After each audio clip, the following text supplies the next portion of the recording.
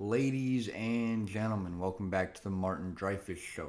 Amidst this war, there's been even more breaking news, and over the past 5 days, Australia has been dealing with some of the worst flooding I have ever seen. Over 2,000 homes have been declared uninhabitable, more suburbs of Sydney are evacuated, and honestly, it looks like parts of Australia are just completely underwater. So I want to just watch a newscast with you. At least 2,000 homes in the Northern Rivers region have been declared uninhabitable due to flooding. The area is now faced with a homelessness crisis, as well as a clean-up of overwhelming proportions. As more ADF troops arrive to help, the scale of the destruction and the trauma suffered by residents is becoming clearer. As the clean-up ramps up, it's not enough for thousands of homes in Lismore to be deemed safe. Foundations might not have survived, houses might have moved, we just don't know, and every home's going to have to be checked.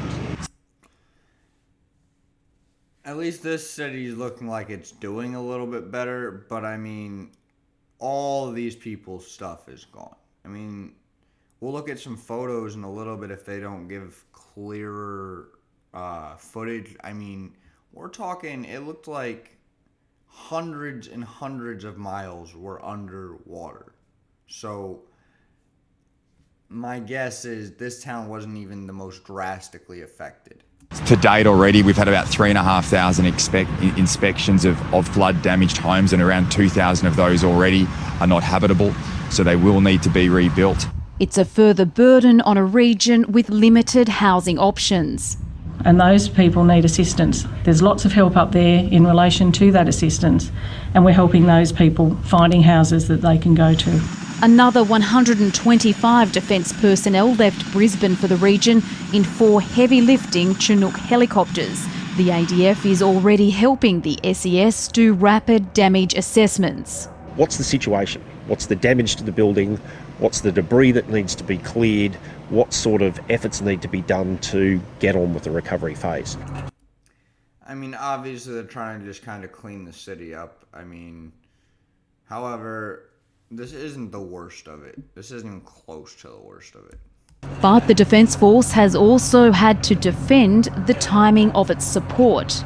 I'm very sorry for all of those people who have felt that they haven't been supported, and I empathise completely with their plight. It's not just homes that need to be rebuilt, but schools too. Thousands of children are off school this week as authorities scramble to find alternative sites. It's going to cost a fair bit of money to fix the damage, and yeah, it's crazy how much a flood can do. It's heartbreaking, to be honest. I love how educated these kids in these situations are. Even in the Ukraine war, you see like 4-year-olds talking about rockets and bombs and helicopters and how the war was beginning. Like, they're describing it piece for piece. These are children. I mean, you're telling me many adults say anything more productive than what that child just said right there? I don't think so. We have so many schools and classrooms that have been affected. We've had 3 schools fully inundated, and this school at St Carthage's, where a number of classrooms have been affected. Bus companies that work with schools have also lost many of their vehicles to the floodwaters. It's also the condition of the roads now that could be affected for 12, 18 months until they're repaired, so some kids won't even get in even if we are operating. And authorities had to deal with dangerously high ammonia levels at a flooded farm supplies business in South Lismore, as if they didn't already have enough on their plate. That's insane. Look at the entire street is just stuff. It's just stuff everywhere. When Herbert, ABC News, Lismore. The devastation is widespread across the state's north. Just south of the Queensland border, the Murwillumbah community feels abandoned. People there are asking authorities why there was no help when they needed it the most. As the floodwater rose across 2 states, That's in your house. Like, that's up to your waist in water. Murwillumbah local Brett Bugg and his family realised it was time to get out. We've got some boys here to come rescue us. Say g'day, boys. They're rescuing us. We're out. It's nearly 5 o'clock. She's still coming up. 2 heroes in high vis went from house to house, ferrying Look at that. Did you see the view of that? It looks Clock is still coming up. 2 heroes. It looks like an ocean. I don't think that's beachfront property now. That's water as far as the eye can see. Heroes in high vis went from house to house, ferrying families to higher ground. They knew they didn't have any fuel, but they didn't go back. They just kept going and rescuing more people. Like hundreds of others, he says he owes his... Is that a river? I really want to know if that's a river or not. Or if that's just there. ...life to strangers. Now he wants to find them. I just want to say thanks. Like it's pretty emotional because, you know, we could have been stuck there all night in the cold and you didn't know how high the water's going to come. So, you know, they probably saved their lives, and I know that they've saved heaps of other people's lives, and they're just two blokes in a tinning. In the hours before they were rescued, he watched the water spill over the veranda, bringing an unsecured boat perilously close. Oh, don't hit the house. Water crept up the windows and into the house. Yet, as the water receded, the supermarket owner put off cleaning his own home to get the lifeblood of the community up and running. I feel like that's more than fair. And in all fairness, before we declare him a hero, is he giving the groceries away for free, or did he just get it up and running to afford the repairs? I don't know. That's just a thought in my head. See what's his stall. Our priority was, you know, not our house. We just walked away from the house, and so if we can get some supermarkets up, we can get people some food. Brett Bugg called in favours to get fresh supplies for the hospital. Everyone banded together, and it was overwhelming. All right, it's good to know he's doing it for the community. It sounds like he's going to donate food, so that makes me feel a lot better. He said that river is brown, full of just dirt and shit, and literally like cleaned the earth. No, it's a sick way to look at it, but it literally like cleaned the earth. It's like, I don't want all this dirt on me anymore. Took all of that stuff away. That's crazy. They had to because there was no support from authorities. Where were you? Just where were you? Like when everyone needed you, where were you? The community now hopes that missing government support will be there during the extensive rebuild. Kathy Border, ABC News, Murwillumbah. It is heartbreaking to see that the community is literally working to save themselves. Like, what's the point of taxes, right? I know that's a dumb way to say it, but I mean, in reality, what's the point of taxes? Why do we have a government if when this happens, they're not there?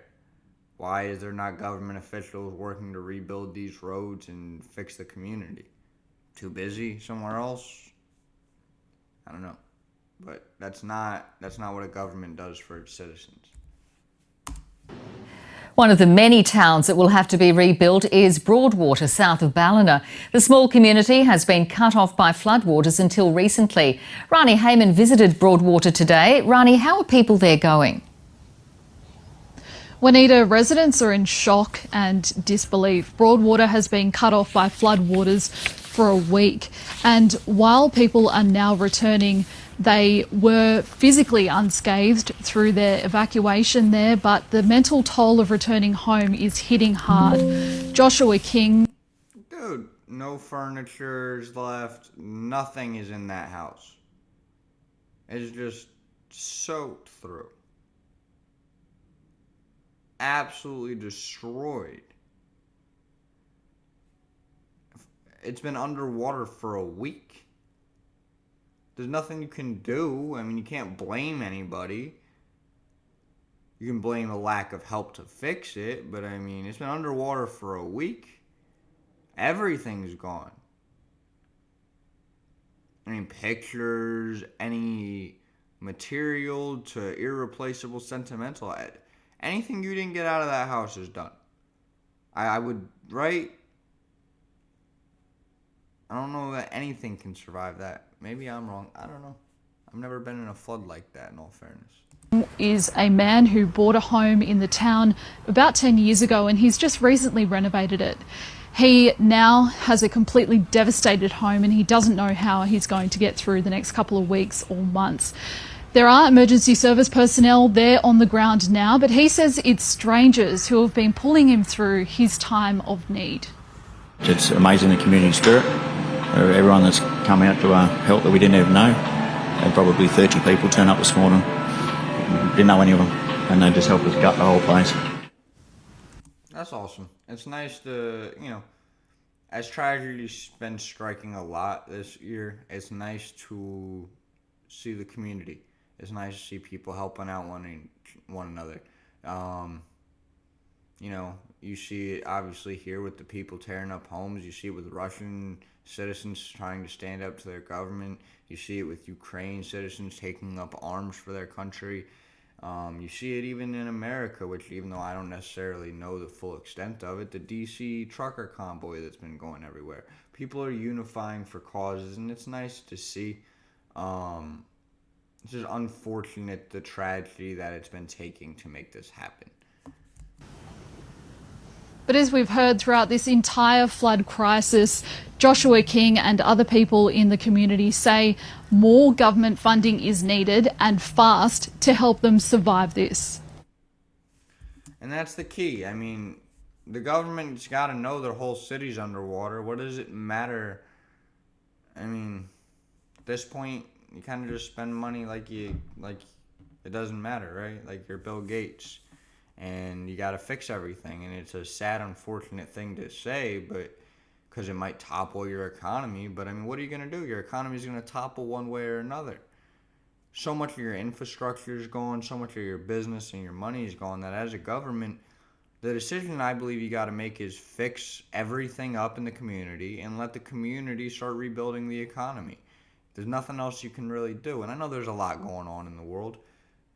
And there's always a lot going on in the world, but it's the government's job to deal with what's going on at home. And we got to start having countries be more keen to that if we're going to stick to the current way of doing things.